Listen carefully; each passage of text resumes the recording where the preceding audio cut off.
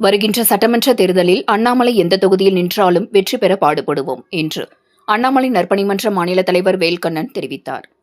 பாரதிய ஜனதா கட்சியின் முன்னாள் மாநில தலைவர் அண்ணாமலை பெயரில் நெல்லையை தலைமையிடமாக கொண்டு நற்பணி மன்றம் செயல்பட்டு வருகிறது.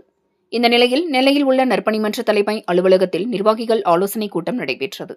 மாநில தலைவர் வேல்கண்ணன் தலைமை தாங்கினார்.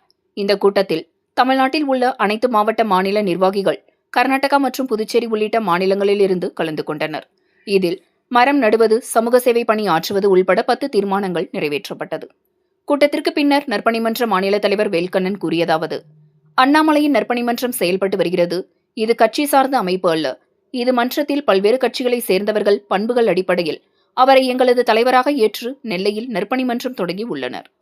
வருகின்ற சட்டமன்ற தேர்தலில் அண்ணாமலை எந்த தொகுதியில் போட்டியிட்டாலும் அவர் வெற்றி பெற நற்பணி மன்றம் சார்பில் அயராது பாடுபடுவோம். அண்ணாமலை என்ன முடிவு எடுத்தாலும் நற்பணி மன்றம் அவருக்கு துணை நிற்கும். இவ்வாறு கூறினார்.